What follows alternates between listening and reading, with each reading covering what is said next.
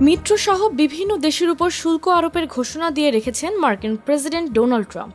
1 August থেকেই কার্যকর হতে যাচ্ছে এই শুল্ক হার। বাংলাদেশ সহ বিভিন্ন দেশ যখন এই প্রতিশোধমূলক শুল্ক কমাতে লবিস্ট নিয়োগ সহ নানা তোড়জোড় চালাচ্ছে, তখন নতুন ঘোষণা দিলেন ট্রাম্প। জানালেন সর্বনিম্ন শুল্ক হার হবে 15%। সমঝোতা না হলে তা চড়তে পারে 50% পর্যন্ত। যদিও এর আগে চলতি মাসের শুরুতে ট্রাম্প জানিয়েছিলেন 150টিরও বেশি দেশকে তিনি শুল্ক বিষয়ক চিঠি পাঠাবেন। তখন তিনি বলেছিলেন সম্ভাব্য শুল্ক হার হতে পারে 10 থেকে 15%। কিন্তু এখন তিনি 15%কেই সর্বনিম্ন সীমায় রেখেছেন।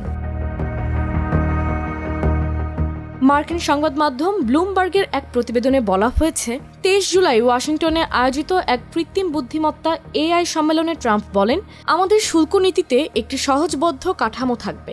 এর হার থাকবে 15 থেকে 50%-এর মধ্যে।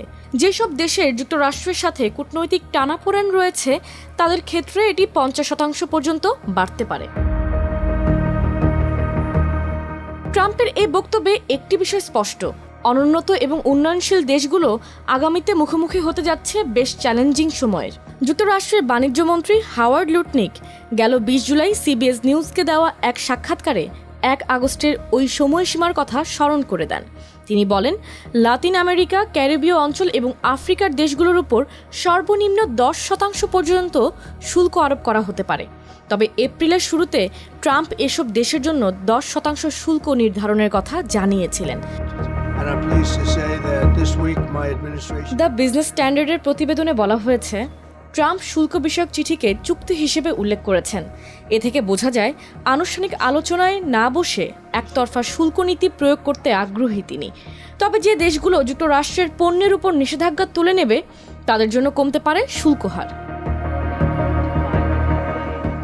22 তারিখ ট্রাম্প ঘোষণা দিয়ে বলেন, জাপানের উপর আরোপিত 25% শুল্ক কমিয়ে 15% করা হবে। বিনিময়ে জাপান মার্কিন পণ্যের উপর নিষেধাজ্ঞা তুলে নেওয়া সহ যুক্তরাষ্ট্রে বিনিয়োগ করবে $550 বিলিয়ন। তবে ইউরোপীয় ইউনিয়নকে বেশি গুরুত্ব দিচ্ছেন মার্কিন প্রেসিডেন্ট। তিনি বলেন, আমেরিকান বাণিজ্যের পথ মসৃণ করে দিলে তবেই ইউরোপীয় ইউনিয়নের শুল্ক কমানো হবে।